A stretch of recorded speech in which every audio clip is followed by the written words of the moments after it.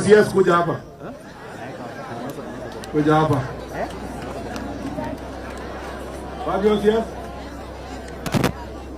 Ndio huyo OCS akuja hapa. Na niliona macho yake sio sasa. Kuja hapa.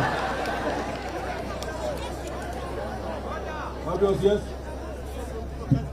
Hakuna kazi umemtuma, mwambie akuja hapa. Yeah. Na harakisha. Mkutano hawezi endelea na yeye anatusumbua hapa. Ndio akuja haraka.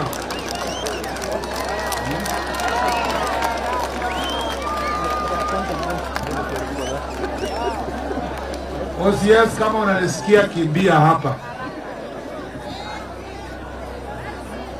Kuna kazi nyingine wewe unafanya hapa kuja.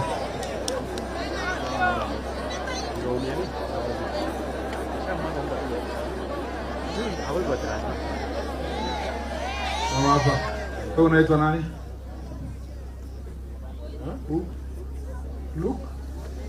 Mwoki. Unajua Kalembe? Ulikuja lini?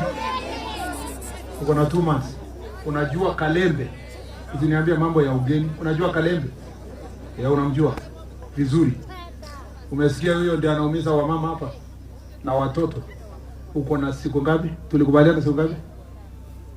7 days. Yeah. 7 days I want results. Those bars ifungwe. Hiyo waraki iwezi uzwa hapo tena. Governor Tolkos, unajua mimi nilifanya na Tolkos. Governor Wesley, unajua kuna program Tolkos alikuwa ameanza ya rehabilitation ya wamama. Silikuwa kweli? So, hao wameongea.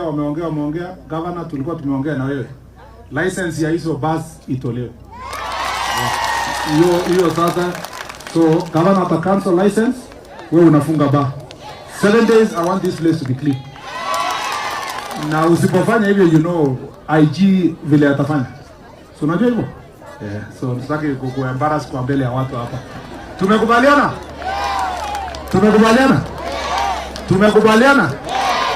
Na huyo Kalembe mwambie nimesema nitaenda na yeye milima mabonde. Wacha ile alitoroka jana na motorbike.